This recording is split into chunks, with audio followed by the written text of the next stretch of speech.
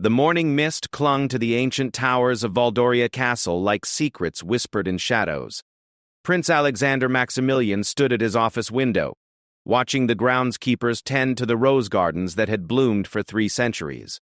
At 34, he carried the weight of a kingdom on his shoulders, though few understood the burden that came with preparing to inherit the crown of Eldermarch. The knock on his door interrupted his thoughts. "Enter," he called, turning from the window as his personal secretary, Margaret Thornfield, stepped inside. Her usually composed face bore traces of concern that immediately put him on alert. "Your Highness, we have a situation," Margaret began, clutching a folder against her chest. "Head of Security James Morrison is requesting an immediate audience. He says it concerns Princess Isabella." Alexander's blood ran cold. Isabella, his 7-year-old daughter, was the light of his life. Since his wife Catherine's death in a riding accident 2 years ago, protecting Isabella had become his primary focus beyond his royal duties. "Send him in immediately," Alexander commanded, his voice tight with worry. James Morrison entered with the bearing of a man who had served in the Royal Guard for over 2 decades. His weathered face and steel-gray eyes had seen palace intrigue rise and fall, but today, something different shadowed his expression. "Your Highness," Morrison began with a formal bow, "I'm afraid I must report a serious allegation that has come to my attention regarding the care of Princess Isabella." Alexander felt his world tilt. What kind of allegation? Morrison opened his notebook, his hand steady despite the gravity of what he was about to reveal. "Yesterday evening, Guard Captain Thomas Whitmore approached me with disturbing claims. He alleges that on 3 separate occasions last week, Princess Isabella was left in her quarters without proper meals, and that staff members were instructed to limit her access to food as some form of disciplinary measure." The words hit Alexander like physical blows. "That's impossible. I personally review Isabella's daily schedule and care arrangements. Captain Whitmore claims to have witnessed these incidents firsthand," Morrison continued. "According to his report, on Tuesday of last week, the princess was heard crying from hunger in her room at 9 in the evening. When he inquired with the duty staff, he was told that dinner had been delayed as punishment for the princess refusing to complete her French lessons." Alexander's hands clenched into fists. The very thought of his daughter being denied food as punishment made his vision blur with rage. "Who gave such orders?" "I certainly never authorized any disciplinary measures involving meals. That's where the situation becomes more complex, Your Highness," Morrison said carefully. "Captain Whitmore claims the orders came from within the household staff hierarchy, but he's been unable to identify the specific source. What's more concerning is that when he attempted to investigate further, he was told by senior household manager Elena Vasquez that the matter was above his pay grade and to focus on his security duties." The mention of Elena Vasquez sent a chill through Alexander. She had been appointed as senior household manager 18 months ago, shortly after Catherine's death, when the palace staff structure needed reorganization. She came highly recommended from the household of Duke Ferdinand, with impeccable credentials and references, yet Alexander had always felt something cold about her efficiency. "Has Captain Whitmore documented these incidents?" Alexander asked, his mind racing through the implications. "He has, sir. Written reports with dates, times, and witness observations. However, he's expressed concern about coming forward because he fears retaliation from certain staff members who seem to operate under Vasquez's direct authority." Alexander began pacing, his mind working through the political minefield this revelation created. Palace staff dynamics were delicate ecosystems, and accusations of child neglect involving the heir to the throne could destroy careers and reputations, regardless of their validity. "There's more, Your Highness," Morrison added reluctantly. "Captain Whitmore also reports that other guards have noticed unusual patterns in the princess's behavior. She's been observed hoarding food from public meals, hiding bread rolls and fruit in her pockets. Young children don't typically exhibit such behavior unless they're uncertain about when they'll eat next." Alexander finished, his voice hollow. The implications crashed over him like a wave. If these allegations were true, it meant that while he was attending state functions, meeting with ministers, and managing the affairs of the kingdom, His daughter was being systematically mistreated by the very people entrusted with her care. "I want a complete investigation," Alexander declared. "Discreet but thorough. I want to know every detail of Isabella's daily routine, every interaction with staff, every meal schedule, and I want it done without alerting anyone who might be involved." "Your Highness, with respect, conducting such an investigation without raising suspicions will be challenging," Morrison cautioned. "Elena Vasquez has been very protective of her authority over household operations. Any unusual inquiries might prompt her to alter whatever patterns exist." Alexander stopped pacing and fixed Morrison with a steely gaze. "Then we'll have to be clever about it. What do you recommend?" Morrison had clearly thought this through. "I suggest we implement what appears to be a routine security review.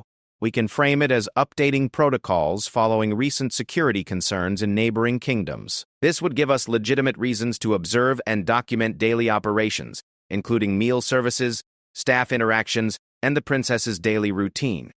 "Do it," Alexander ordered. "But Morrison, I want you to understand something clearly.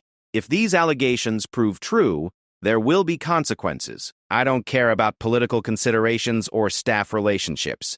No one threatens my daughter's well-being and remains in my employ." "Understood, Your Highness. Should I inform Queen Mother Adelaide about the investigation?"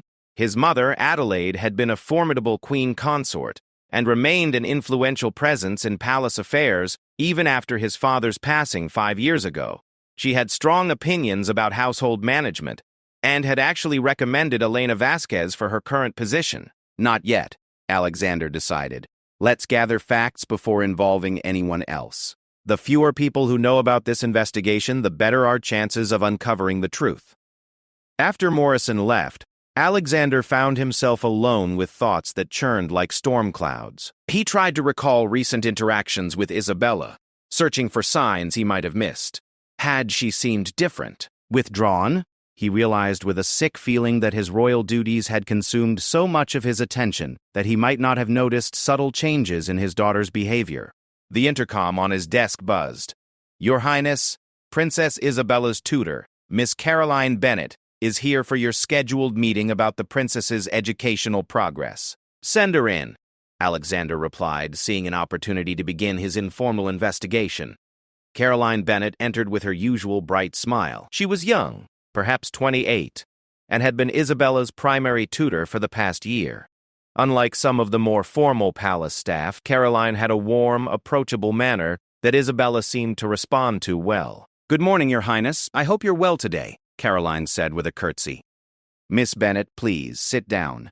I wanted to discuss Isabella's recent progress, but also her general well-being. Have you noticed anything unusual about her behavior lately?" Caroline's expression became thoughtful. "Well, Your Highness, there have been a few things. Isabella has seemed more anxious recently. She's become very focused on completing her lessons quickly, almost frantically at times, and she's asked several times about meal schedules, wanting to know exactly when lunch will be served." Alexander's heart sank. "Has she mentioned anything about missing meals or being hungry?" "Not directly, but—" Caroline hesitated, seeming to weigh her words carefully. "There was an incident last week during our French lesson. Isabella was having difficulty with her pronunciation, which is perfectly normal for a child her age. But when I suggested we continue the lesson after lunch to give her more time to practice, she became quite upset. She said she couldn't miss any more meals because they wouldn't let her eat later." "They? Did she specify who they were?" "She mentioned Miss Elena, but when I asked for clarification, Isabella became very quiet and said she wasn't supposed to talk about it. I found it odd, but I assumed it might be some sort of household routine I wasn't familiar with." Alexander felt anger building in his chest like pressure in a steam engine. "Miss Bennett, I want you to document any future incidents like this immediately. And please, if Isabella seems distressed about anything, even if it seems minor, I want to know about it right away." Caroline nodded, her expression showing she understood the seriousness behind his request. "Of course, Your Highness. May I ask if there's a particular concern?" "Let's just say I'm reviewing all aspects of Isabella's care to ensure she's receiving the best possible support," Alexander replied diplomatically. After Caroline left, Alexander made a decision that would have far-reaching consequences. He picked up his secure phone and dialed a number he rarely used. "Detective Inspector Sarah Crawford," came the crisp voice on the other end. "Inspector Crawford, this is Prince Alexander. I need your expertise on a matter of utmost sensitivity and discretion." There was a pause. Sarah Crawford had worked on several discreet investigations for the royal family over the years, including the circumstances surrounding Catherine's riding accident.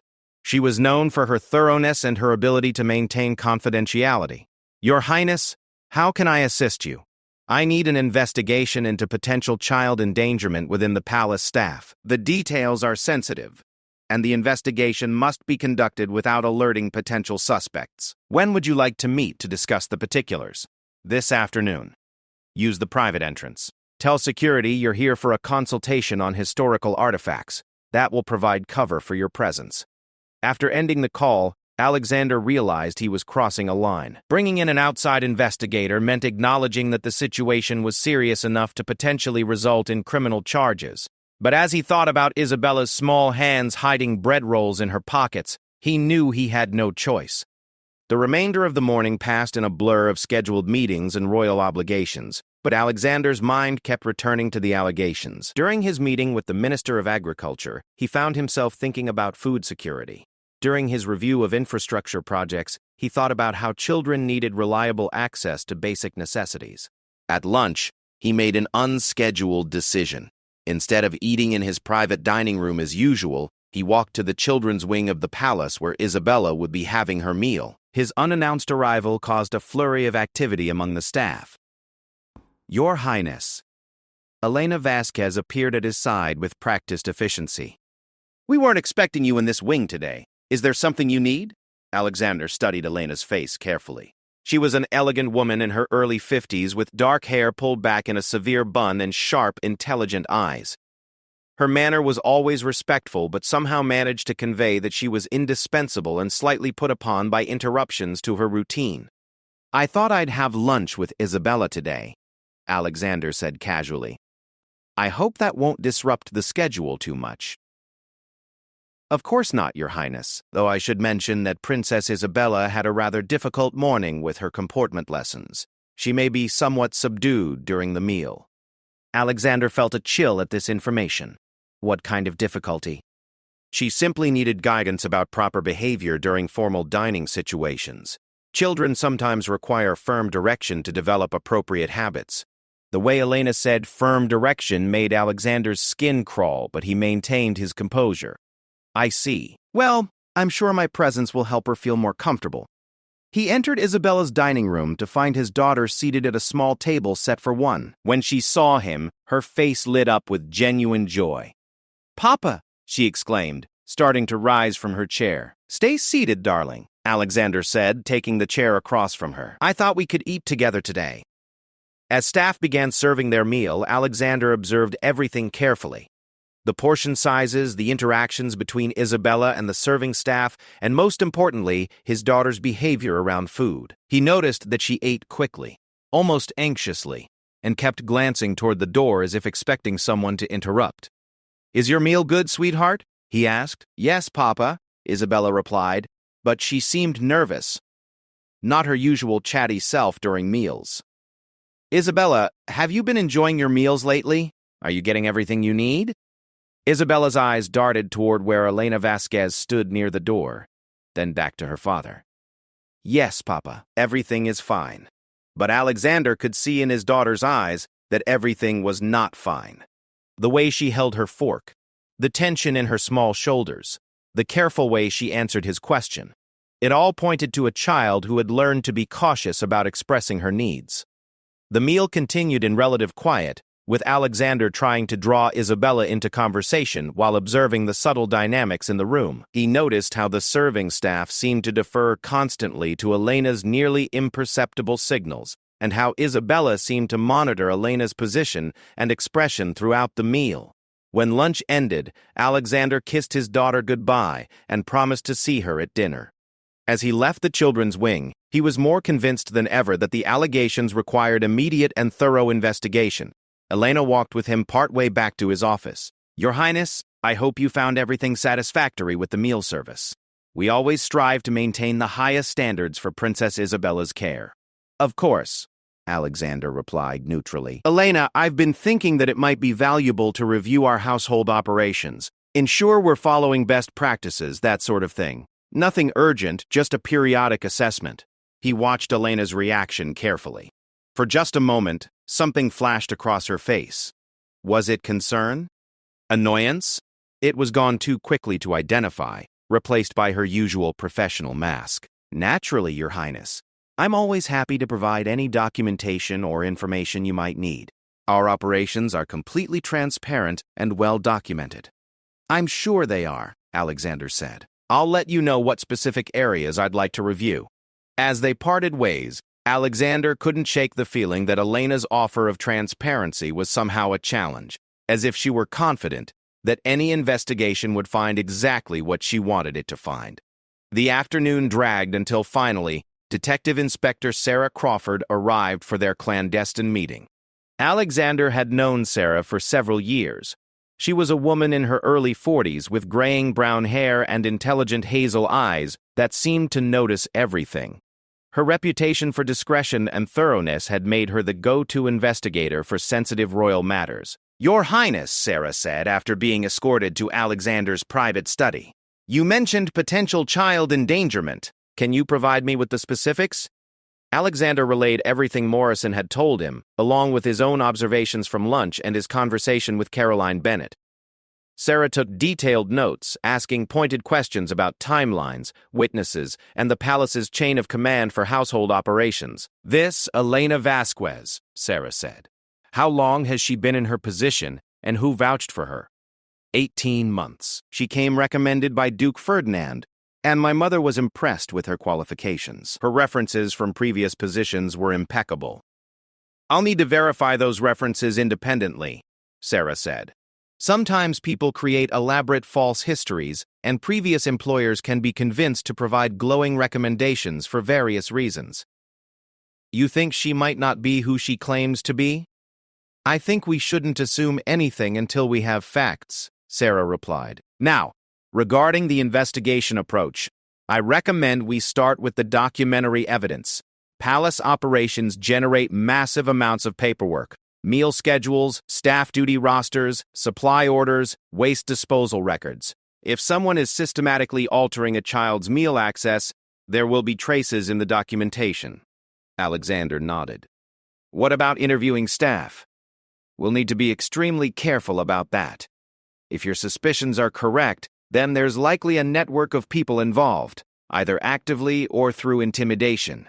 Approaching the wrong person could cause evidence to disappear and witnesses to suddenly develop memory problems. So where do we start? Sarah consulted her notes. I'll begin by conducting background checks on Elena Vasquez and any staff members who have direct access to Princess Isabella's care. Simultaneously, I'll review palace security footage. Most people don't realize how much information surveillance systems capture about daily routines and interactions. The palace has extensive security coverage, but I'm not sure about the private quarters and dining areas. We'll work with what we have. I'll also want to speak with Captain Whitmore in detail about his observations. If he's willing to cooperate fully, he could be our most valuable witness. Alexander felt a mixture of relief and apprehension. Relief that the investigation was beginning, but apprehension about what they might discover. If the allegations were true, it meant his daughter had been suffering while he remained oblivious, focused on his royal duties and trusting others to provide her care. Inspector Crawford, Alexander said, I need to know, in your experience, what would motivate someone to harm a child in this way, particularly a royal child? Sarah considered the question carefully. There are several possibilities. Financial gain through some form of blackmail or manipulation. Political motivation, creating scandal or instability. Personal psychological issues. Some people enjoy exerting power over vulnerable individuals. Or it could be part of a larger scheme to influence or control royal family dynamics. Each possibility sent chills through Alexander. The thought that someone might deliberately harm Isabella as part of some larger plot made him feel sick with rage and helplessness. How long will the investigation take? If we're thorough and discreet, several weeks at minimum. But Your Highness, I must ask, What's your plan if the allegations prove true? The consequences could be significant, not just for the individuals involved, but for public confidence in the royal family's ability to protect its own children. Alexander had been dreading this question because he didn't have a complete answer. The individuals responsible will face the full consequences of their actions, regardless of the political implications.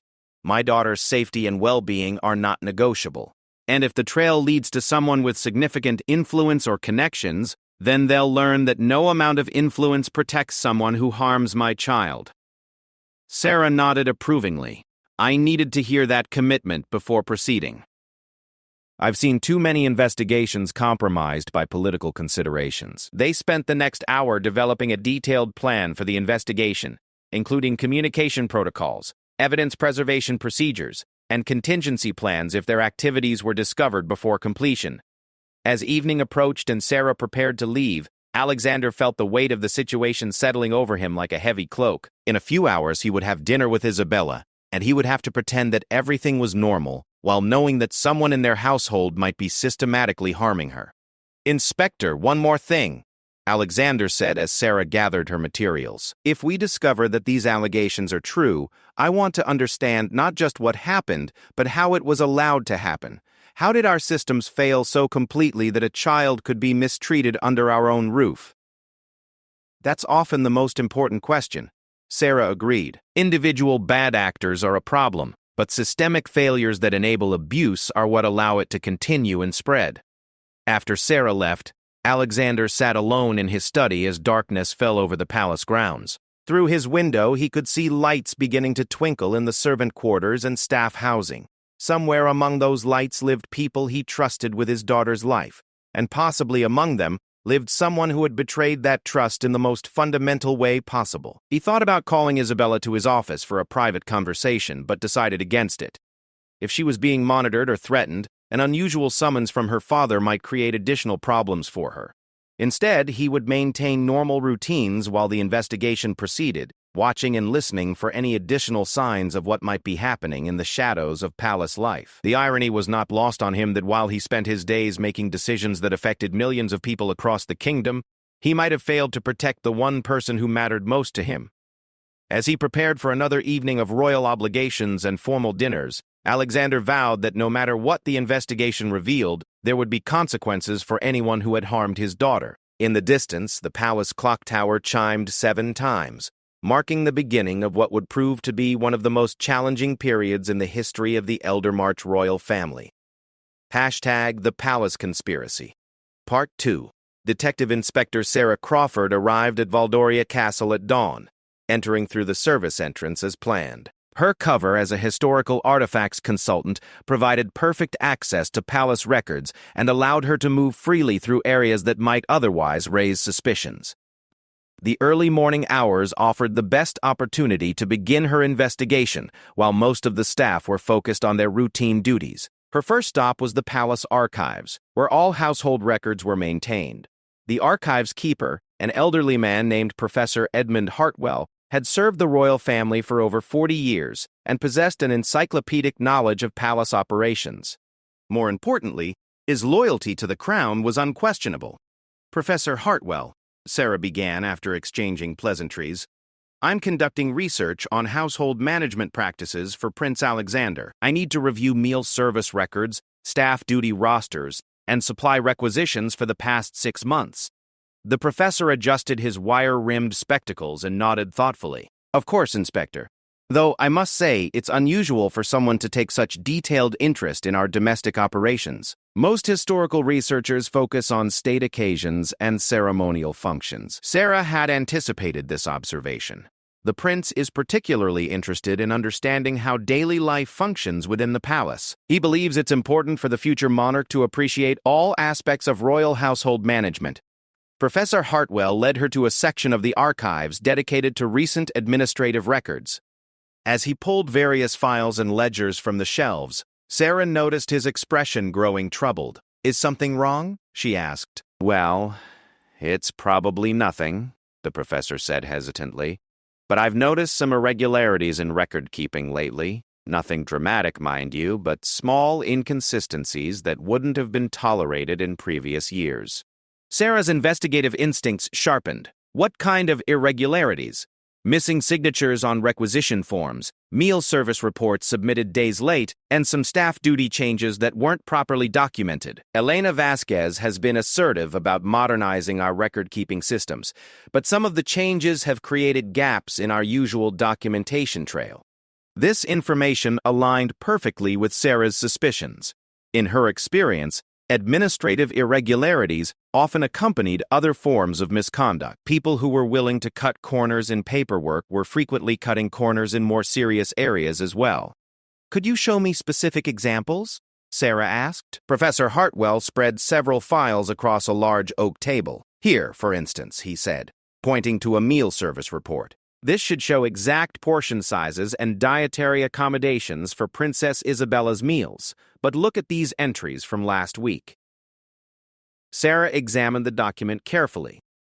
Where detailed information should have been recorded, she found only vague notations like standard service and as directed. Most troubling, several entries were initialed by staff members she didn't recognize rather than the usual kitchen supervisors. "Who are these people?" Sarah asked, pointing to the unfamiliar initials. "That's part of what concerns me," Professor Hartwell replied. "These appear to be temporary staff members, but we have no hiring records for them in our personnel files. Elena has mentioned using contracted specialists for certain services, but the documentation is incomplete." Sarah felt a chill of recognition. In previous investigations, she had encountered situations where temporary staff were used specifically because they could disappear quickly if problems arose, leaving no clear trail of responsibility. "Professor, I need copies of all these records, and I need to know about any other unusual changes in documentation practices over the past 18 months. While Professor Hartwell gathered the requested materials, Sarah's secure phone vibrated with a text message from James Morrison. "Urgent. Need to meet. Security office. 20 minutes. Sarah made her excuses and hurried to the security office, where she found Morrison waiting with a grim expression and a manila folder clutched in his hands. "Inspector, we have a problem." Morrison began without preamble. "I conducted discreet inquiries with several guards as part of my security review, and I've uncovered information that makes the situation far more serious than we initially believed." Sarah sat down across from Morrison's desk. "What have you learned?" Morrison opened the folder and spread out several photographs and written reports. "These are surveillance photos from various palace security cameras over the past month. Look at this sequence from last Tuesday evening." The photographs showed a corridor outside Princess Isabella's quarters. In the first image, a woman Sarah didn't recognize was approaching the princess's door carrying a food tray. In subsequent images, the same woman was leaving with the tray still full, and in the final photo, a different staff member was removing what appeared to be an untouched meal. "Who is the woman in these photos?" Sarah asked. "That's Maria Santos, one of Elena's contracted specialists that Professor Hartwell mentioned. According to the meal service schedule, she was supposed to deliver Princess Isabella's dinner at 7 p.m., but as you can see, the food was never consumed." Sarah studied the timestamps on the photographs. "So, the princess didn't eat dinner that night?" "It gets worse," Morrison continued, pulling out another set of photos. "Here's the sequence from the kitchen later that same evening. Watch this." The new photographs showed Elena Vasquez in the kitchen, apparently giving instructions to several staff members. One image clearly showed Elena pointing to a plate of food while making gestures that suggested specific directions about portion sizes or presentation. "We can't hear what she's saying, but the body language suggests she's giving very specific instructions about food preparation," Morrison observed. "And look at this final image. The last photograph showed Elena personally inspecting a meal tray before it was sent to Isabella's quarters, examining each item with the scrutiny of someone ensuring exact compliance with particular requirements." Sarah felt pieces of the puzzle beginning to form a disturbing picture. "Morrison, do you have audio surveillance from any of these locations? Palace privacy protocols restrict audio recording in most areas, but we do have some coverage in common areas and corridors. I've been reviewing those recordings, and I found this." Morrison activated a digital audio player. The sound quality was poor, but Sarah could make out Elena's voice giving instructions to someone. Exactly as we discussed. No variations, and if there are any questions, they come directly to me. The schedule must be followed precisely. The recording was brief and somewhat ambiguous, but combined with the photographic evidence, it suggested a level of control and oversight that seemed excessive for routine. Morrison, I need you to gather all available surveillance material from the past 6 months. Video, audio, anything that might show interactions between Elena Vasquez and Princess Isabella, or between Elena and staff members responsible for the princess's care. Already working on it, Morrison replied. But Inspector, there's something else you need to know. I spoke with Guard Captain Whitmore again, and he's provided additional details about what he observed. Morrison handed Sarah a written report. According to Whitmore, on the occasions when he witnessed Princess Isabella being denied food, it wasn't presented as punishment to the princess herself. Instead, staff members told her that her meals were being prepared specially, or that there were kitchen delays. The princess apparently didn't realize she was being deliberately deprived. This information made Sarah's stomach turn. The psychological manipulation involved in convincing a child that delayed or missing meals were normal operational issues rather than deliberate deprivation suggested a sophisticated and cruel approach to control. Has Captain Whitmore been able to identify other staff members who might have witnessed these incidents? He's working on that, but he's being extremely careful.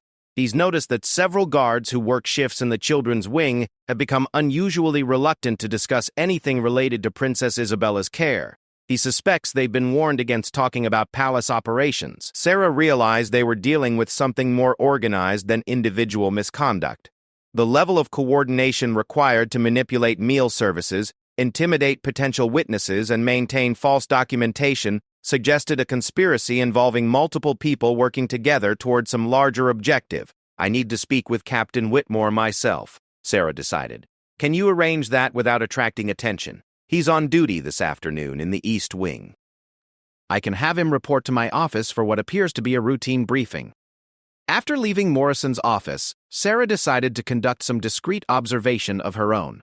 She positioned herself in the palace library, which offered a clear view of the corridor leading to the children's wing, and spent the next several hours watching the patterns of staff movement and interaction. What she observed was revealing. Elena Vasquez made frequent trips to the children's wing, often carrying folders or clipboards, and stopping to speak with various staff members. More interesting was the behavior of other staff when Elena was present. They seemed to defer to her in ways that suggested authority beyond her official position. Around noon, Sarah witnessed an interaction that crystallized her growing suspicions. Elena was speaking with a young kitchen assistant outside Princess Isabella's dining room. Although Sarah couldn't hear the conversation, the kitchen assistant's body language suggested fear or anxiety. When Elena finished speaking and walked away, the assistant remained motionless for several minutes before hurrying back toward the kitchen with what appeared to be nervous urgency. Sarah decided to follow the assistant and observe what happened next. In the kitchen, she watched as the assistant approached the head chef and engaged in what appeared to be an animated conversation. The head chef's reactions suggested confusion and possibly frustration, with several gestures toward the children's wing and what looked like questions about specific instructions. This scene suggested that Elena's directives about meal service might be creating confusion among kitchen staff, who were accustomed to following established protocols for royal meal preparation. Sarah's phone buzzed with another message from Morrison. Captain Whitmore here. Available for interview. The interview with Captain Whitmore provided the most disturbing details yet. In Morrison's private office, Whitmore described a pattern of behavior that extended beyond the specific incidents of denied meals. Inspector, what I witnessed wasn't just about food, Whitmore began. Princess Isabella's entire daily routine seems to be subject to arbitrary changes and restrictions that don't make sense from a security or educational standpoint. Can you give me specific examples? Sarah asked. Last month, I noticed that the princess's outdoor time was repeatedly canceled for various reasons. Sudden weather concerns that didn't match actual conditions, scheduled maintenance that required no actual work, or security protocols that didn't exist. When I checked with other guards, they were as confused as I was about these sudden changes. Whitmore consulted his notes. On one occasion, Princess Isabella was told she couldn't visit the palace gardens because of security concerns, but I was on garden patrol that entire afternoon and there were no security issues whatsoever. When I mentioned this to Elena Vasquez, she told me that I wasn't privy to all security considerations and should focus on my assigned duties. Sarah realized they were looking at systematic isolation, restricting not just food access but social interaction, outdoor activity, and normal childhood experiences. This suggested psychological manipulation designed to create dependency and compliance. Captain Whitmore, in your opinion, how has Princess Isabella's behavior changed over the time you've been observing these incidents? Whitmore's expression grew sad. She's become much more withdrawn, Your Honor. She used to be a bright, chatty little girl who would greet the guards and ask questions about everything. Now she seems anxious most of the time, and she's very careful about following rules, even when she's not sure what the rules are. Has she ever spoken to you directly about her concerns?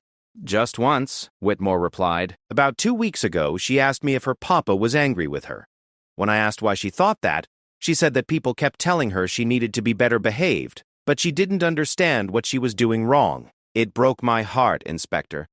This little girl thinks she's somehow failing when she's actually being systematically mistreated.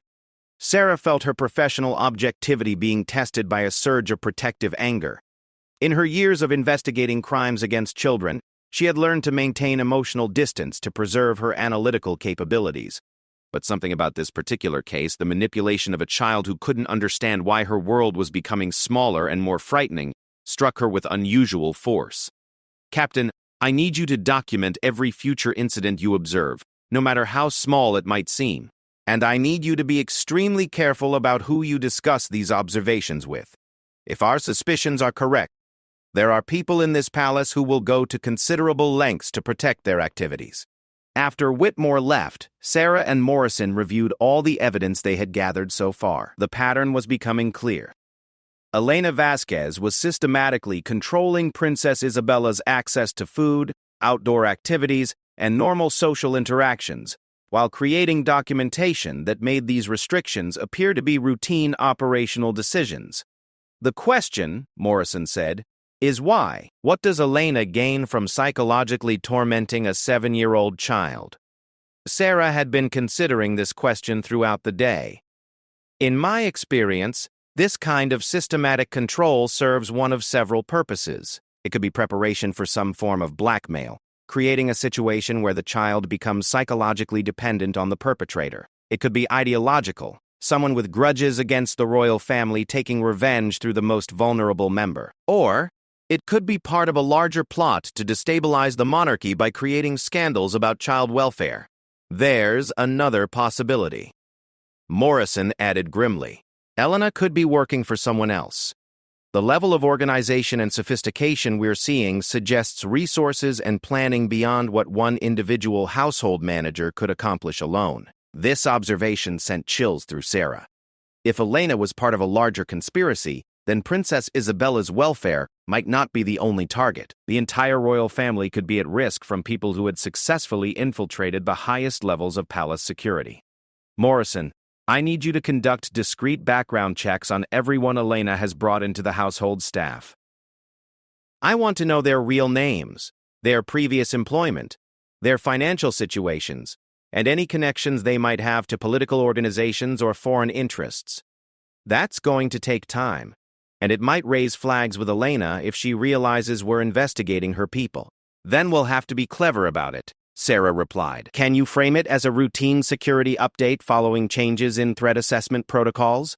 While Morrison began organizing the background investigations, Sarah decided to take a different approach to gathering information. She had noticed that Professor Hartwell seemed genuinely concerned about the irregularities in palace record-keeping, and his decades of service made him an invaluable source of institutional knowledge. Returning to the archives, Sarah found Professor Hartwell organizing files with the meticulous care that characterized his work. Professor, I've been reviewing the records you showed me earlier, and I have some additional questions about palace operations, Sarah began. Of course, Inspector, though I hope my observations about record-keeping irregularities haven't caused undue concern. Actually, they've been very helpful. But I'm curious about something else. In your experience, how unusual is it for someone in Elena Vasquez's position to have such direct involvement in day-to-day operations? Professor Hartwell paused in his filing and considered the question carefully. That's an astute observation. Traditionally, the senior household manager coordinates between different departments but doesn't micromanage specific services. Elena's approach has been much more hands-on than we've typically seen. How do the other department heads feel about this increased oversight? There's been some tension, Professor Hartwell admitted. The head chef has mentioned concerns about receiving contradictory instructions, standard meal preparation protocols from the kitchen supervisor, but different requirements from Elena's office. The maintenance staff has complained about sudden changes in schedules and priorities that disrupt their normal workflows. Sarah realized that Elena's control extended beyond Princess Isabella's care into multiple areas of palace operations. This suggested either an exceptional need for control or preparation for some larger manipulation of palace life. Professor, do you have access to personnel files for Elena's team members? I have the basic hiring documentation, but I've noticed that some of the background verification forms are incomplete. When I mentioned this to Elena, she said that modern hiring practices were different from what I was accustomed to, and that all necessary checks had been completed by external agencies. This was another red flag. In Sarah's experience, incomplete background documentation was often a sign that someone was trying to hide inconvenient facts about new employees. Could you show me those files? Professor Hartwell led her to a different section of the archives and pulled a folder containing personnel records for staff members hired in the past 18 months. Sarah's trained eye immediately noticed several problems. Missing employment verification forms, background check reports that lacked official agency letterheads, and reference letters that seemed unusually brief and generic. Professor, who normally handles verification of these background checks? That would be the palace security office, but Elena said she had arranged for expedited processing through private agencies to speed up the hiring process. Sarah realized that Elena had effectively bypassed normal palace security protocols for vetting staff members. This created opportunities for people with questionable backgrounds or hidden agendas to gain access to royal family members without proper scrutiny. I need copies of all these personnel files, Sarah said. And Professor, I need you to keep our discussion confidential until further notice. Professor Hartwell nodded solemnly. Inspector, may I ask if Princess Isabella is in some form of danger? I've served this family for most of my adult life, and I've grown quite fond of that little girl. Sarah chose her words carefully.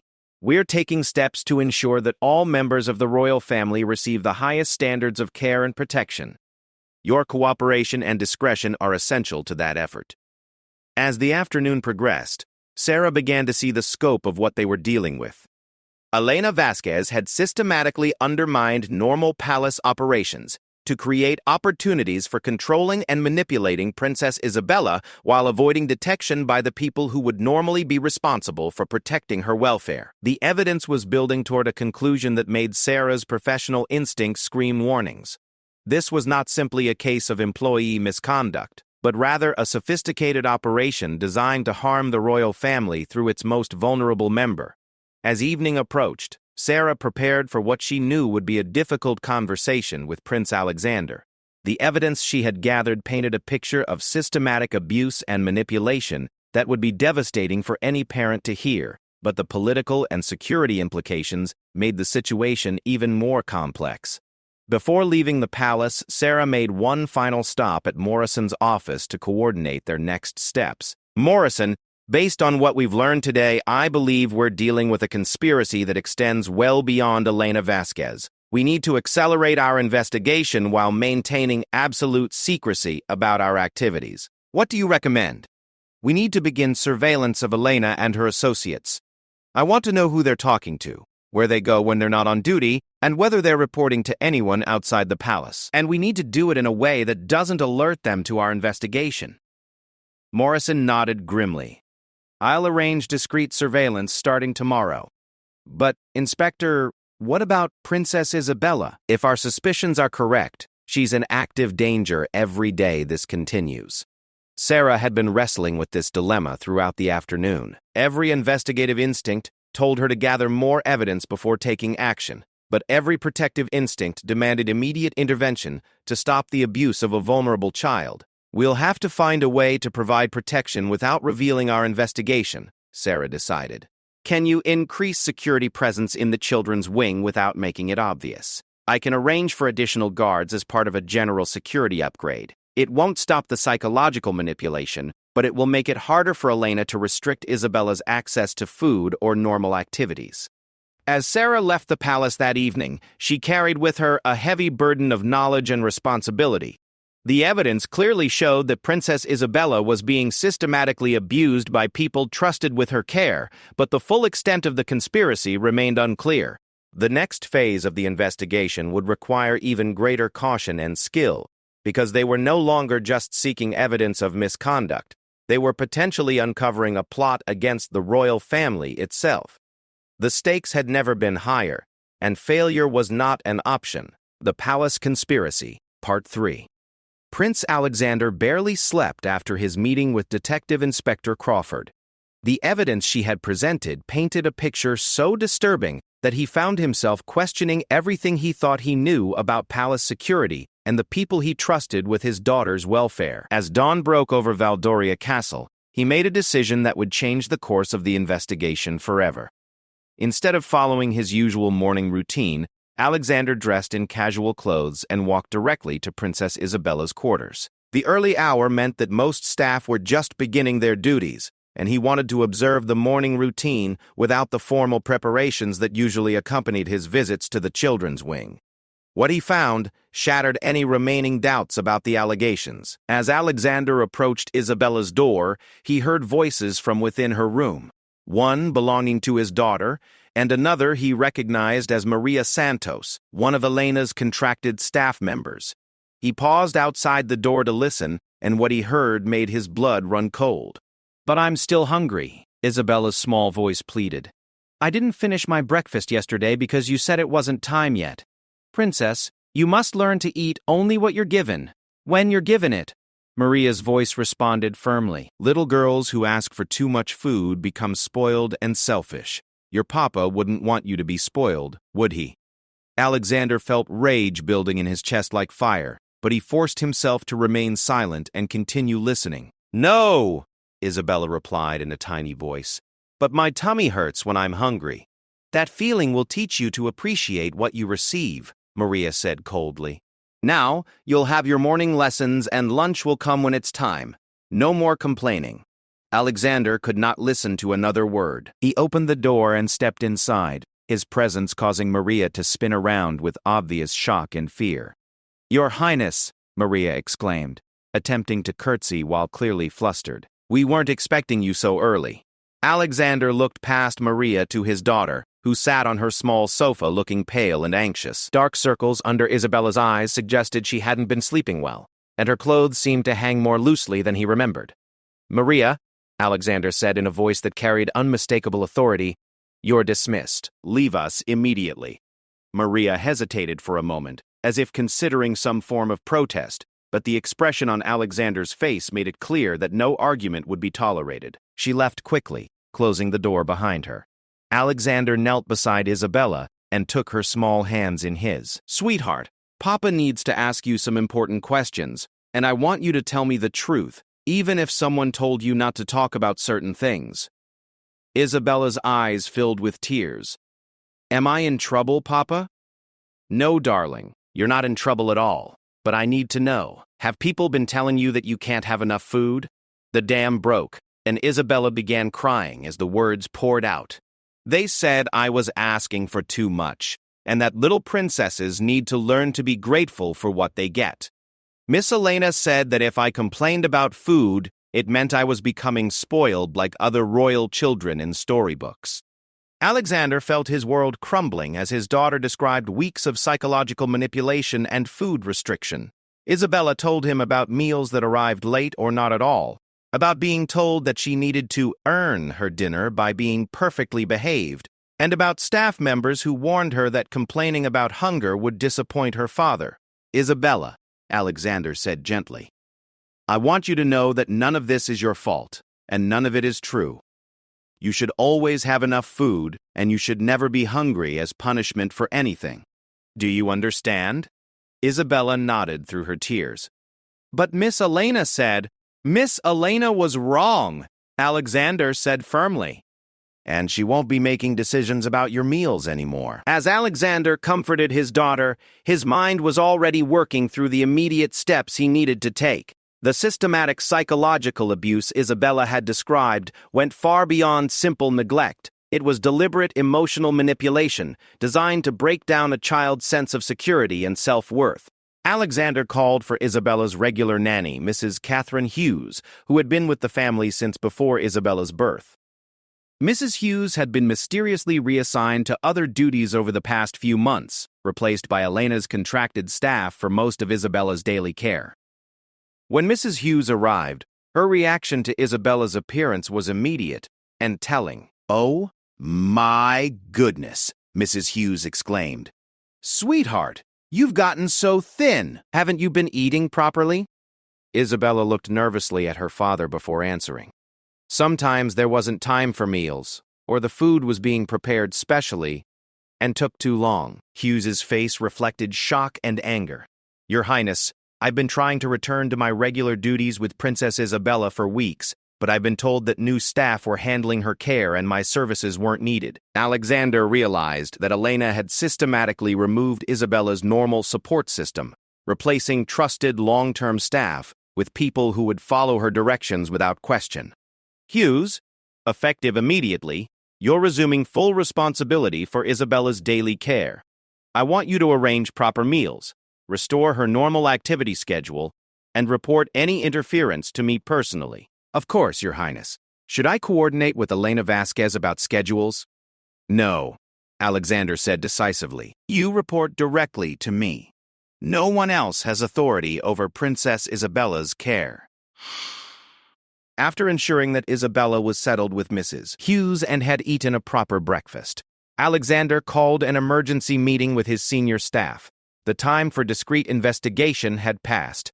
Immediate action was required to protect his daughter and uncover the full extent of the conspiracy. Detective Inspector Crawford arrived first, followed by James Morrison and Queen Mother Adelaide. Alexander had decided to include his mother in the meeting because her experience and political acumen would be essential for managing the broader implications of what they had discovered. "Before we begin," Alexander announced, "I need everyone to understand that what we discuss here is classified at the highest level. The security of the royal family and the stability of the monarchy may depend on how we handle the next few hours." He then recounted his morning conversation with Isabella, providing details that left everyone in the room visibly shaken. Queen Mother Adelaide, despite her decades of experience with palace politics and crises, was visibly emotional as she listened to descriptions of her granddaughter's systematic abuse.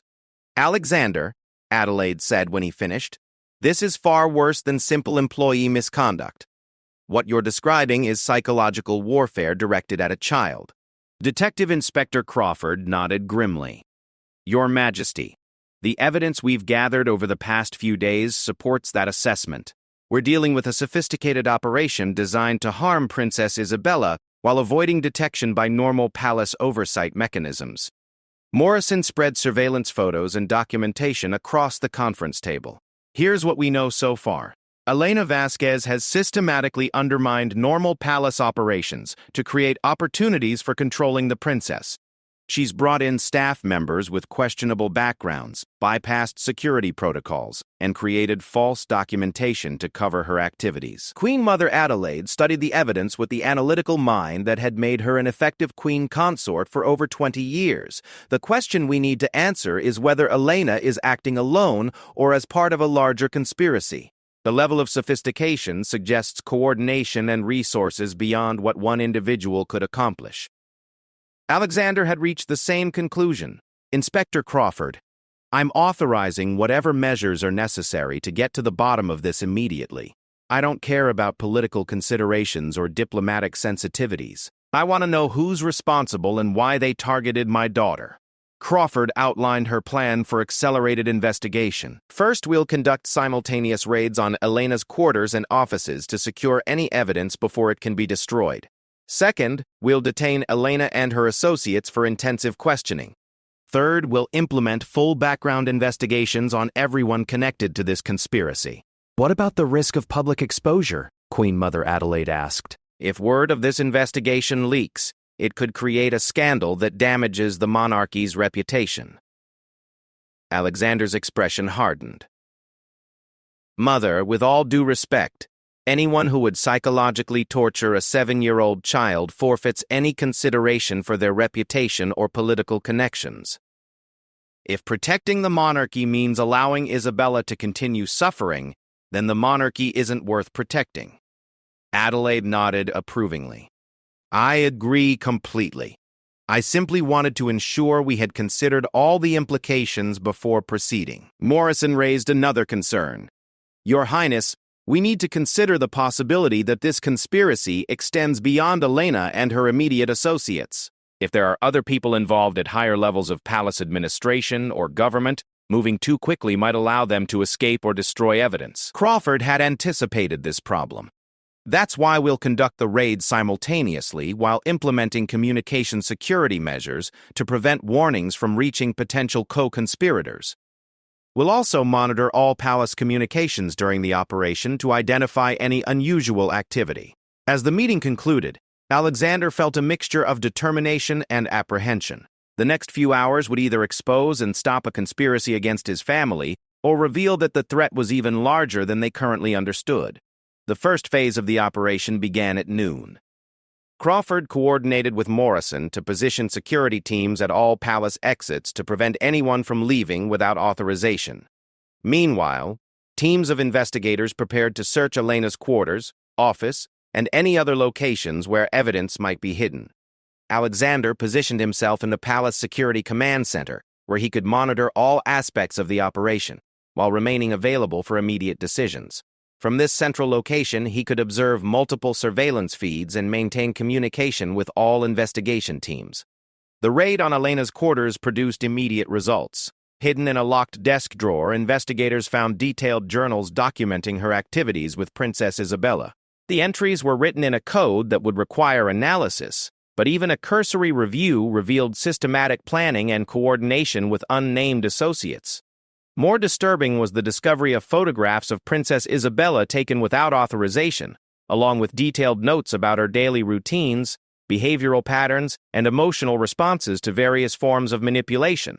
The clinical nature of these observations suggested that Isabella had been treated as a subject for psychological experimentation rather than a child deserving protection and care. In Elena's office, investigators found communication devices that had not been issued by palace security, along with encrypted files that would require specialized technical analysis. The presence of unauthorized communication equipment suggested coordination with people outside the palace, confirming suspicions about a larger conspiracy. Meanwhile, the detention and questioning of Elena herself proved to be a challenge. When security officers arrived at her quarters to escort her to the interview, they found that she had anticipated the investigation and prepared for this moment. I demand to speak with my legal representative before answering any questions, Elena declared when confronted with the evidence of her activities. And I want to notify the embassy of my home country about this detention. This request for embassy notification sent shockwaves through the investigation team. If Elena was a foreign national working under false documentation, it would transform the case from domestic abuse to international espionage. Crawford immediately contacted Alexander with this development. Your Highness, Elena's request for embassy notification suggests she may be operating under false identity with foreign government support. We need to involve national security agencies immediately. Alexander felt the ground shifting beneath him as the implications became clear.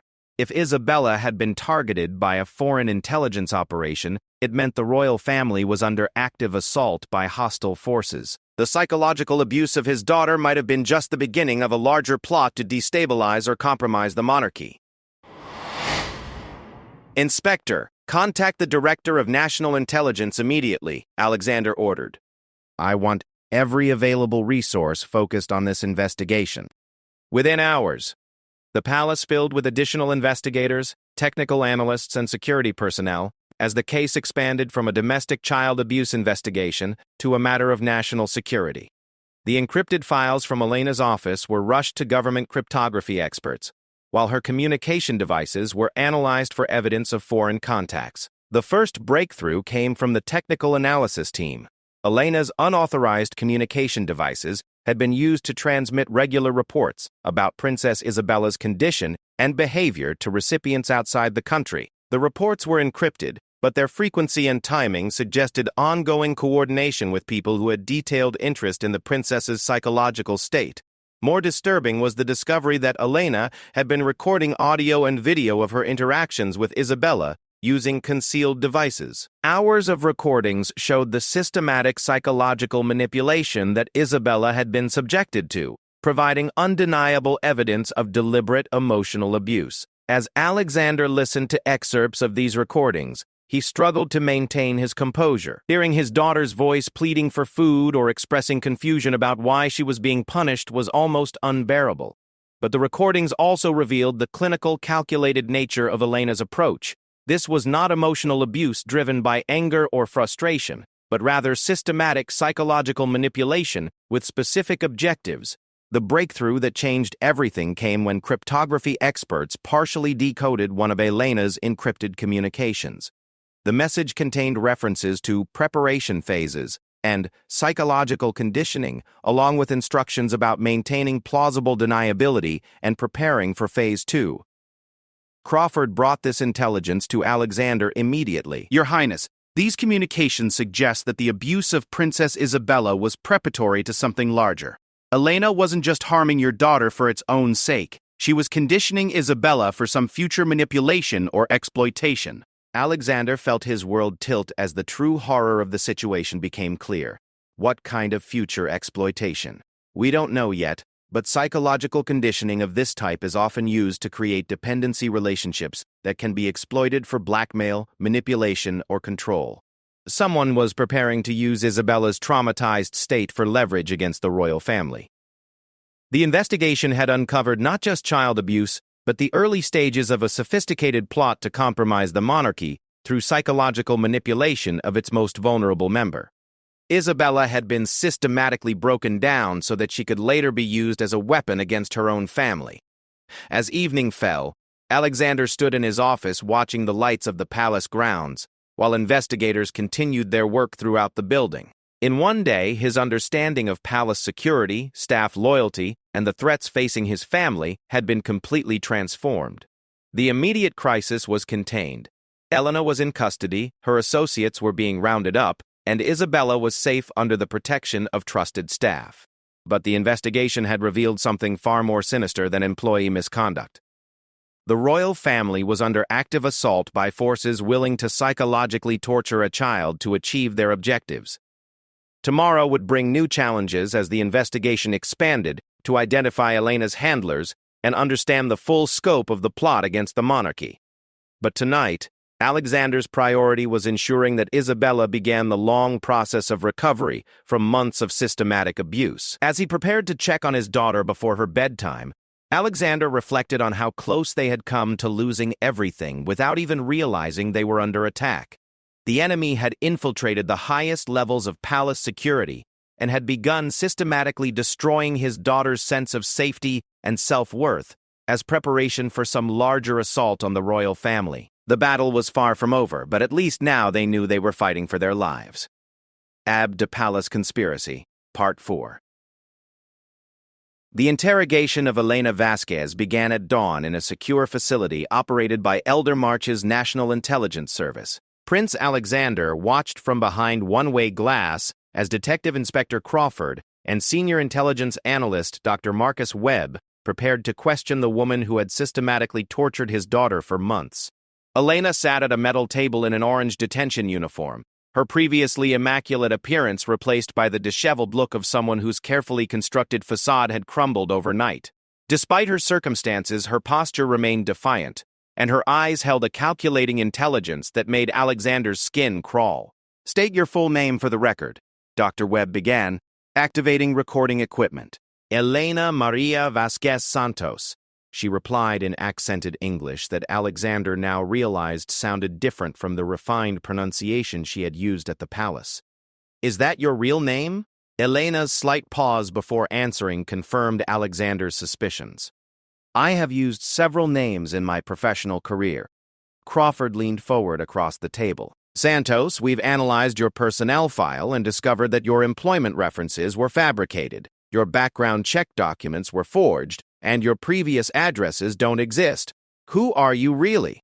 For the first time, Elena's composure cracked slightly. "I want to speak with my legal representative before answering any more questions." Dr. Webb consulted his files.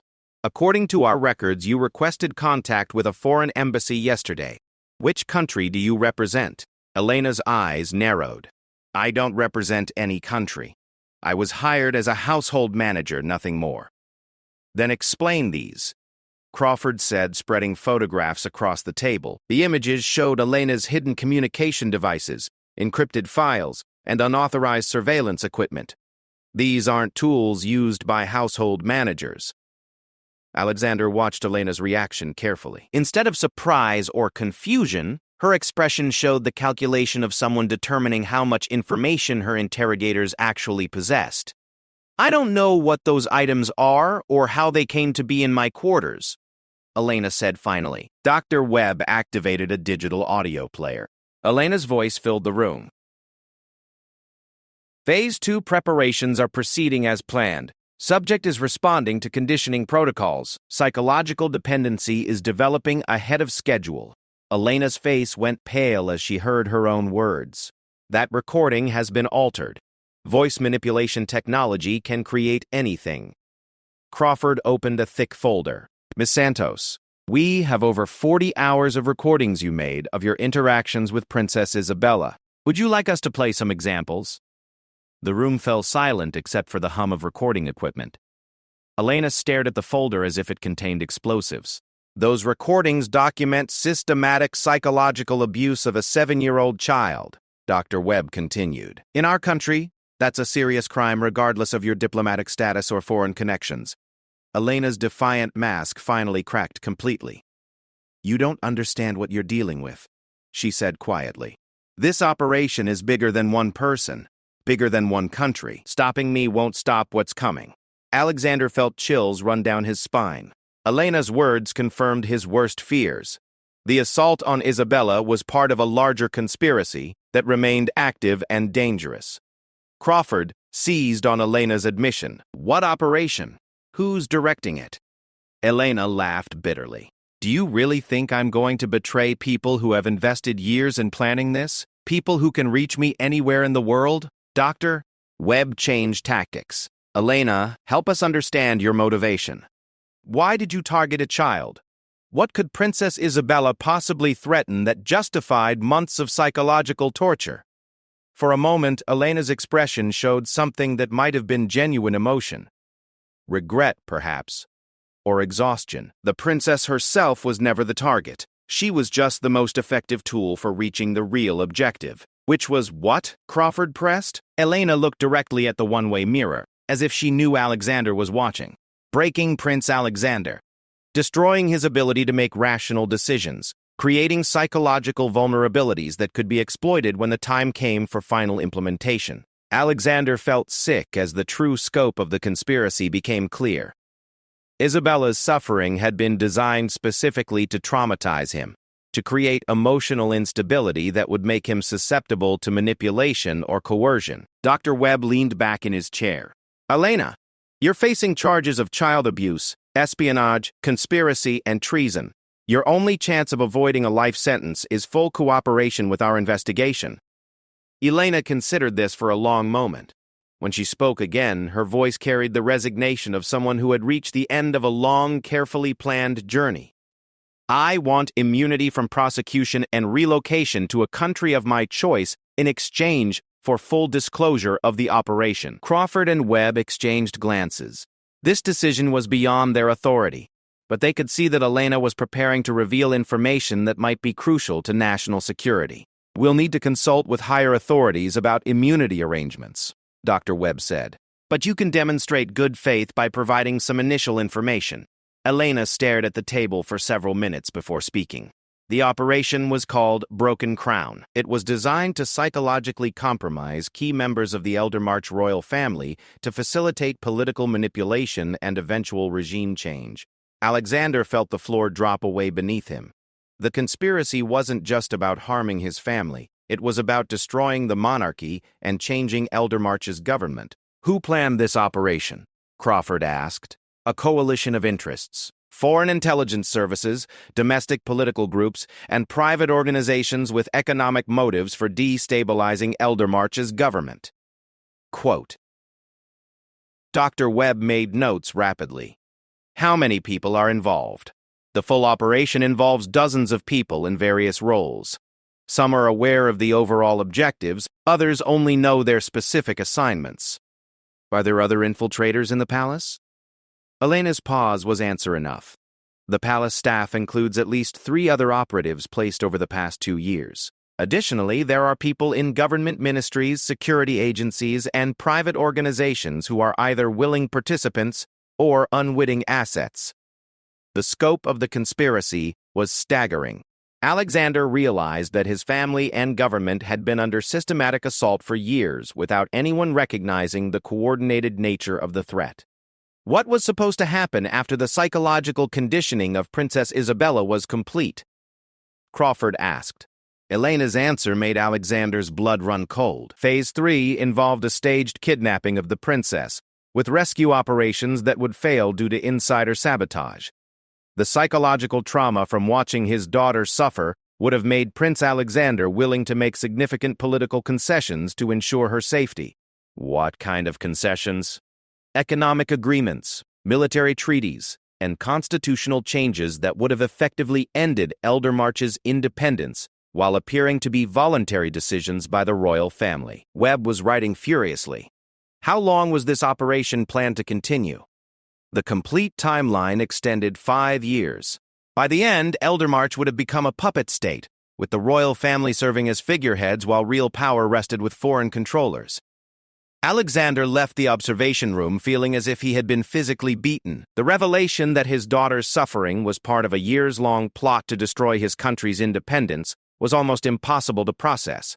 But Elena's disclosures also provided opportunities to identify and stop other aspects of the conspiracy. In the intelligence facility's briefing room, Alexander met with Director of National Intelligence Patricia Harrington and other senior officials to develop a response plan. Your Highness, Director Harrington began, Elena's information gives us advantages, but it also confirms that we're dealing with a sophisticated and well-resourced enemy. Our response needs to be equally sophisticated. Alexander studied the organizational charts that intelligence analysts had created based on Elena's disclosures. Director, I want every person she identified investigated immediately. I don't care about diplomatic protocols or political sensitivities. If they're threats to national security, I want them neutralized. We're already implementing those investigations, Harrington assured him. But we also need to consider our broader strategy.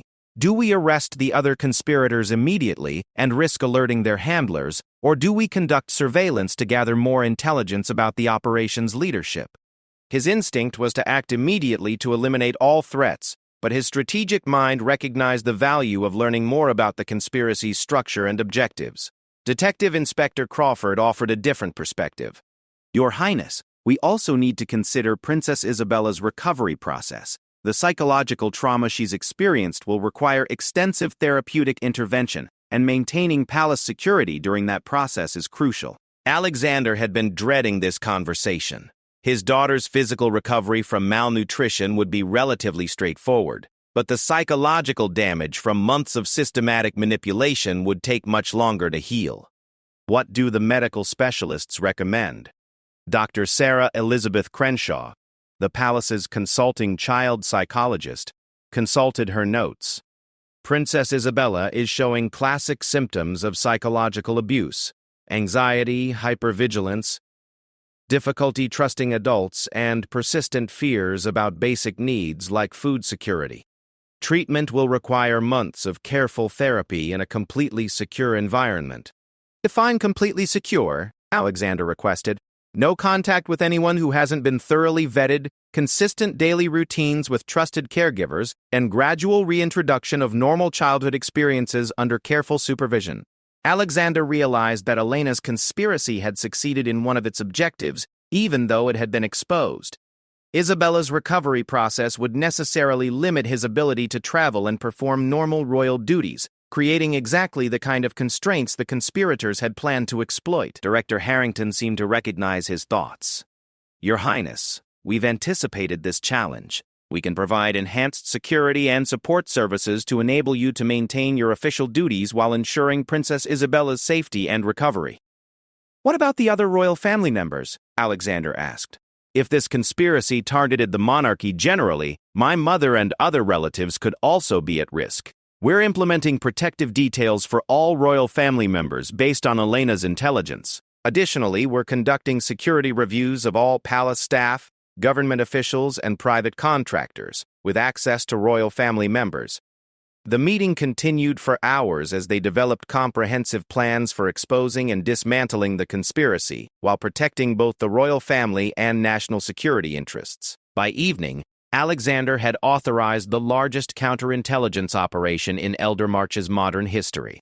As he prepared to return to the palace, Alexander received updates on the afternoon's investigations. 3 palace staff members, identified by Elena, had been arrested attempting to leave the country.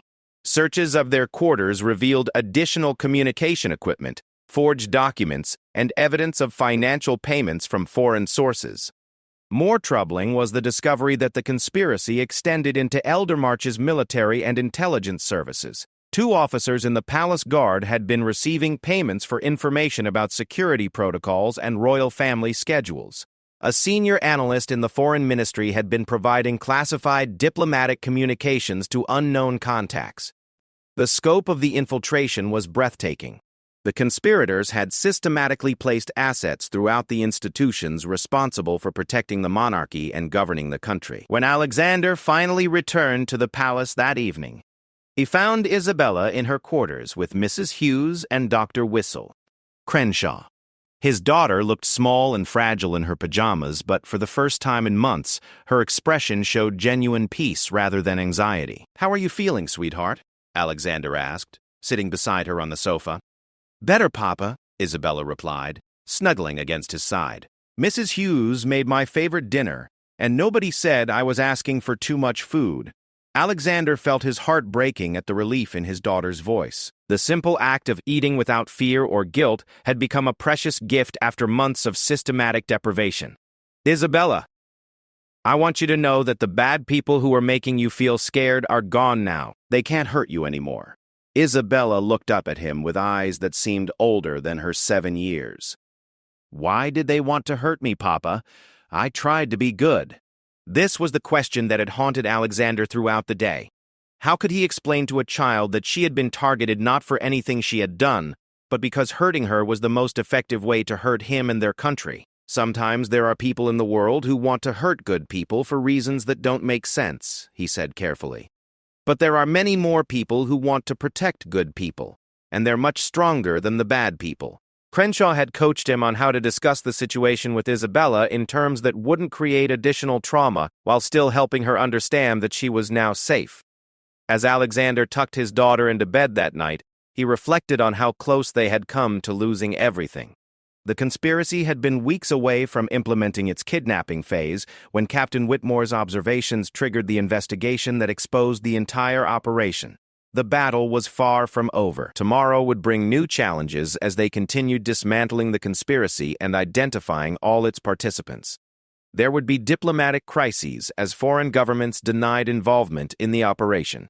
There would be political upheaval as citizens learned that their government had been infiltrated by hostile forces. But tonight, Princess Isabella slept peacefully for the first time in months, surrounded by people who genuinely cared for her welfare. In the end, that simple fact made all the other challenges worth facing. The conspiracy had failed in its ultimate objective not because of superior intelligence or security measures, but because one guard had cared enough about a little girl's well-being to report his concerns. Sometimes the most sophisticated plots could be undone by basic human decency and courage. As Alexander prepared for sleep, he made a silent promise to his daughter and his country. The people responsible for this conspiracy would face justice, the vulnerabilities they had exploited would be eliminated, and the monarchy would emerge stronger and more secure than ever before. The crown might have been targeted, but it would not be broken. The Palace Conspiracy, Part 5. 6 months later, Prince Alexander stood in the renovated security briefing room at Valdoria Castle, reviewing reports from what had become known as Operation Crown Shield, the comprehensive investigation and dismantling of the conspiracy that had nearly destroyed his family and country. The room itself symbolized the transformation that had occurred throughout the palace and government in response to the revelations about foreign infiltration and systematic abuse. Where once there had been ornate furniture and ceremonial decorations, the space now featured advanced communication systems, secure document storage, and real-time intelligence displays. The changes reflected hard lessons learned about the need for constant vigilance in protecting both the royal family and national security. Detective Inspector Sarah Crawford entered carrying a thick folder marked with the highest classification symbols. Over the months since Elena's arrest, Crawford had become Alexander's most trusted advisor on security matters, her investigation having evolved into a permanent position overseeing palace protection and counterintelligence operations. "Your Highness, we have the final reports on Operation Crown Shield," Crawford announced, setting the folder on the secure briefing table. "The results are both encouraging and sobering." Alexander opened the folder to reveal a comprehensive summary of 6 months of intensive investigation, arrests, prosecutions, and security reforms. The scope of what they had uncovered still amazed him, even after living through the process of rooting out the conspiracy. "Give me the summary first," Alexander requested. Crawford consulted her notes. "We identified and arrested 47 individuals involved in the Broken Crown conspiracy. Of those, 31 were foreign intelligence operatives, 12 were domestic collaborators, and 4 were what we termed useful idiots, people who provided assistance without understanding the true nature of the operation." The numbers represented the largest counterintelligence success in Eldermarch's history, but they also illustrated how thoroughly the kingdom's institutions had been penetrated. "What about the leadership level? Did we identify the architects of the operation?" "That's where the picture becomes more complex," Crawford replied, opening a section of the report dedicated to foreign intelligence analysis. "Elena's cooperation led us to 3 primary controllers: a senior officer in Zaravia's External Intelligence Service, a private military contractor based in Drakmore, and a financial facilitator operating through banking networks in Valenhall." Alexander studied photographs and biographical summaries of the 3 individuals. They looked like ordinary business people and government officials, not the kind of masterminds who would orchestrate psychological torture of children to achieve political objectives. "Have any of them been arrested?" "The Zaravian officer was detained by his own government after we provided evidence of his activities, though we suspect this was more about eliminating embarrassment than pursuing justice. The private military contractor disappeared from his known addresses and is believed to be operating under new identities. The financial facilitator was arrested in Valenhall, but their courts released him on procedural grounds." Alexander felt familiar frustration at the limitations of international law when dealing with sophisticated criminals. So the primary architects of the conspiracy remain free to plan future operations. "That's the sobering part," Crawford agreed. "However, we've also achieved significant successes that should prevent similar operations in the future." She opened another section of the report showing organizational charts and security improvements. "We've completely restructured palace staff vetting procedures, implemented continuous monitoring of all personnel with access to royal family members, and established real-time intelligence sharing with allied governments about threats to royal families. The new security measures represented a fundamental shift in how the palace operated. Gone were the days when household staff could be hired based primarily on recommendations and interviews. Every person with access to royal family members now underwent extensive background investigations, psychological evaluations, and continuous monitoring throughout their employment." "What about the domestic collaborators?" Alexander asked. Crawford's expression grew grim.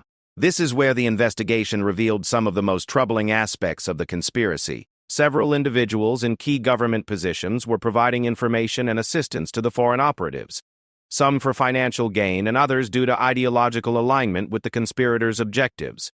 Alexander reviewed the list of arrested domestic collaborators, recognizing names from various government ministries and private organizations.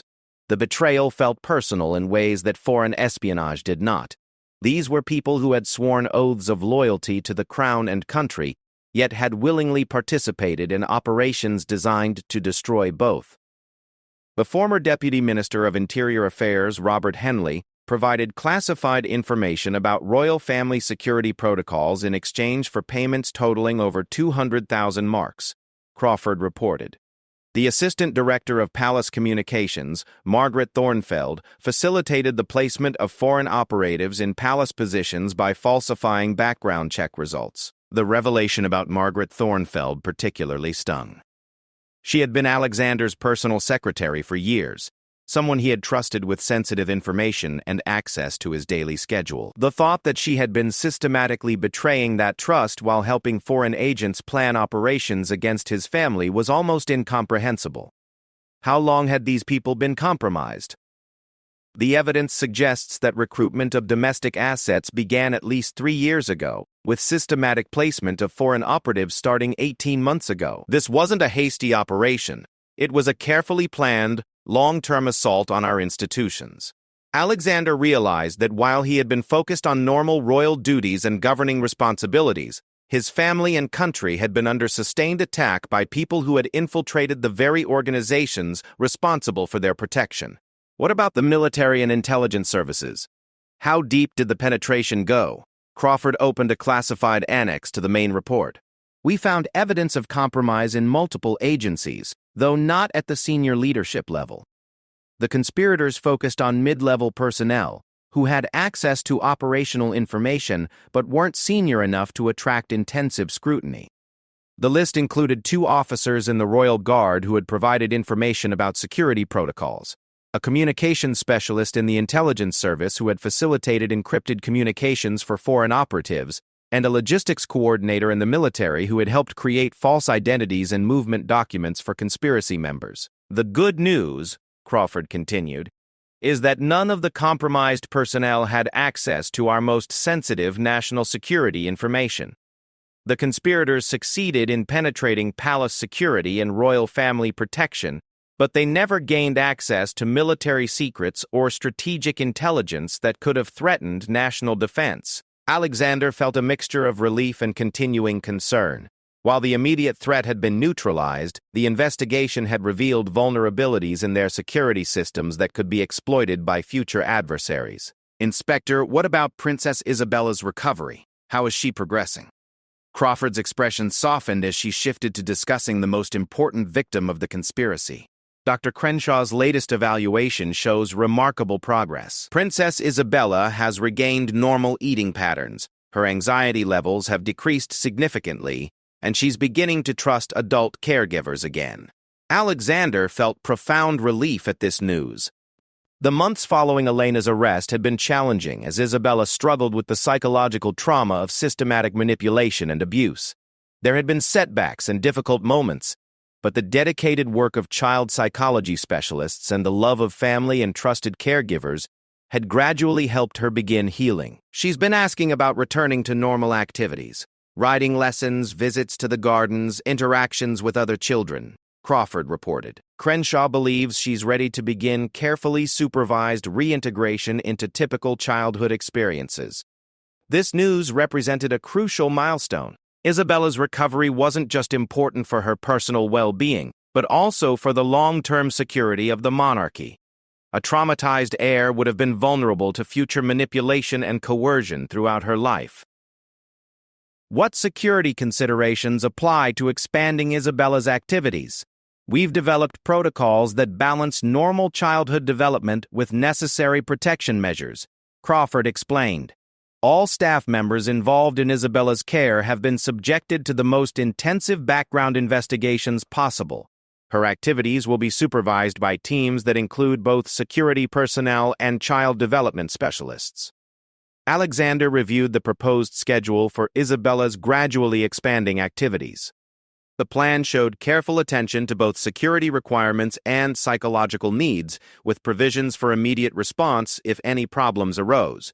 There's something else you should know about Princess Isabella's recovery, Crawford added. She's been asking questions about why the bad people wanted to hurt her. Crenshaw believes she's ready for age-appropriate explanations about the conspiracy, particularly the fact that she wasn't targeted because of anything she did wrong.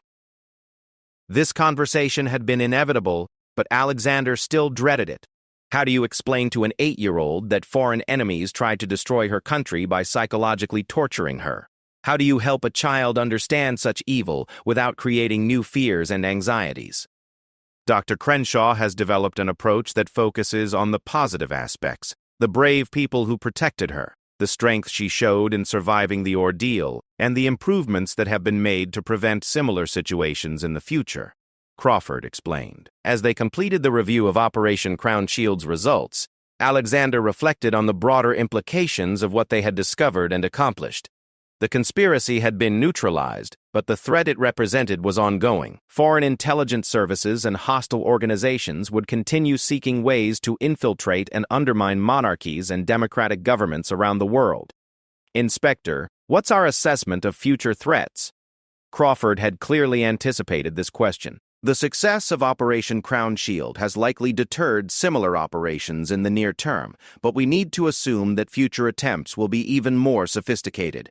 Our adversaries have learned from the failure of Broken Crown and will adapt their methods accordingly. What's our plan for staying ahead of those adaptations? We're implementing several long-term strategies, Crawford replied. First, we're developing intelligence sharing agreements with allied governments facing similar threats. Second, we're investing in advanced technology for detecting infiltration and monitoring personnel. Third, we're creating rapid response capabilities for investigating and neutralizing future conspiracies before they can establish themselves. Alexander nodded approvingly. The lessons learned from nearly losing his daughter and his crown had to be transformed into lasting improvements in security and intelligence capabilities.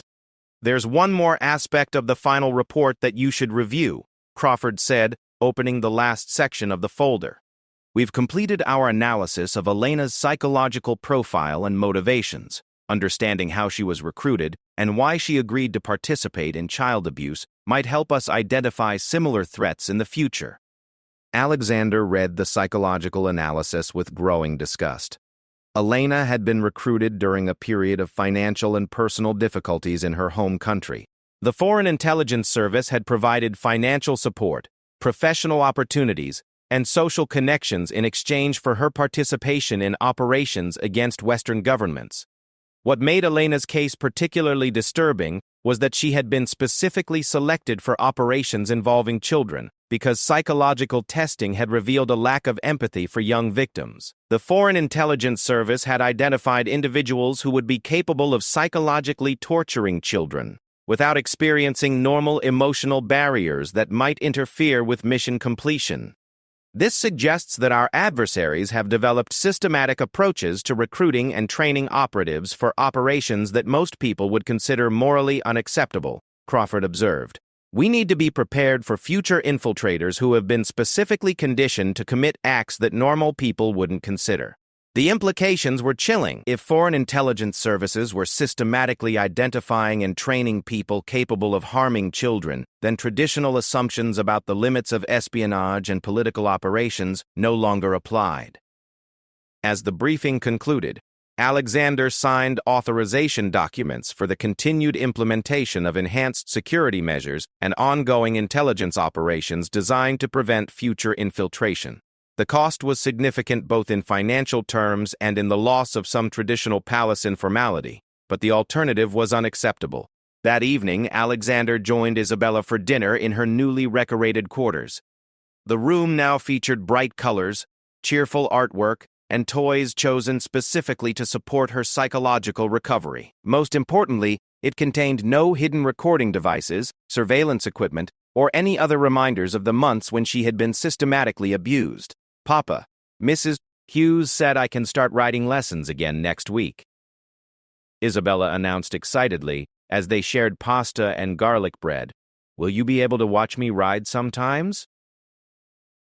Alexander smiled at his daughter's enthusiasm.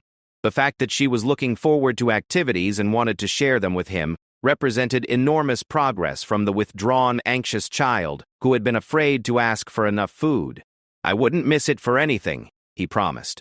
"Though you'll have to be patient with me. I might be a little nervous watching you at first." Isabella giggled at this confession. "Mrs. Hughes said parents sometimes worry more than children do about things that are actually safe." The wisdom in this simple observation struck Alexander powerfully. The conspiracy had succeeded in making him afraid of threats that might not exist, while blinding him to actual dangers that were actively harming his daughter. Learning to calibrate appropriate levels of caution without becoming paralyzed by fear would be an ongoing challenge. After dinner, Alexander tucked Isabella into bed and listened to her prayers. Among her requests for blessings on family and friends, she included a prayer for the people who helped catch the bad people and keep them from hurting other children. This addition to her nightly prayers reflected another positive aspect of her recovery. Instead of being consumed by fear and anger about her own suffering, Isabella had developed empathy for other potential victims and gratitude for the people who had protected her. As Alexander prepared for sleep that night, he reflected on the transformation that had occurred in his family and country over the past 6 months. The conspiracy had nearly succeeded in destroying everything he valued most, but its exposure had also revealed strengths and resilience that he hadn't fully appreciated. The investigation had shown that while their security systems had vulnerabilities, the fundamental loyalty and courage of key personnel had ultimately prevented catastrophe. Captain Whitmore's willingness to report his concerns despite potential retaliation had been crucial to exposing the conspiracy. Professor Hartwell's attention to administrative irregularities had provided essential evidence. Dr. Kepler said Crenshaw's expertise had been vital to Isabella's recovery. Most importantly, the crisis had strengthened rather than weakened the bond between the royal family and the people of Eldermarch. Instead of losing confidence in the monarchy's ability to protect itself and serve the nation, citizens had rallied in support of their royal family and demanded stronger measures to prevent future attacks. The conspiracy had been designed to break the crown, but in the end it had made the monarchy more secure, more vigilant, and more connected to the people it served. Prince Alexander fell asleep knowing that while future threats were inevitable, his family and country were better prepared to face them together. The palace guards continued their rounds through the night, but now they walked through corridors protected by enhanced security systems, served by thoroughly vetted personnel, and watched over by intelligence services that had learned hard lessons about the price of complacency. In her bed, Princess Isabella slept peacefully, surrounded by people who genuinely cared for her welfare, and protected by systems designed to ensure that she would never again face the nightmare of systematic abuse. The broken crown conspiracy had failed, but its greatest failure was not political or strategic. It was the failure to understand that some bonds cannot be broken by any amount of suffering, manipulation, or fear. The love between a father and daughter, the loyalty of dedicated servants, and the resilience of people committed to justice had proven stronger than the most sophisticated plot ever devised against them. As dawn broke over Valdoria Castle, it illuminated a kingdom that had been tested by fire and emerged stronger, wiser, and more determined than ever to protect the values and institutions that defined its national character. The crown had survived, and with it, the promise of a future where children could grow up safe from those who would exploit their innocence for political gain.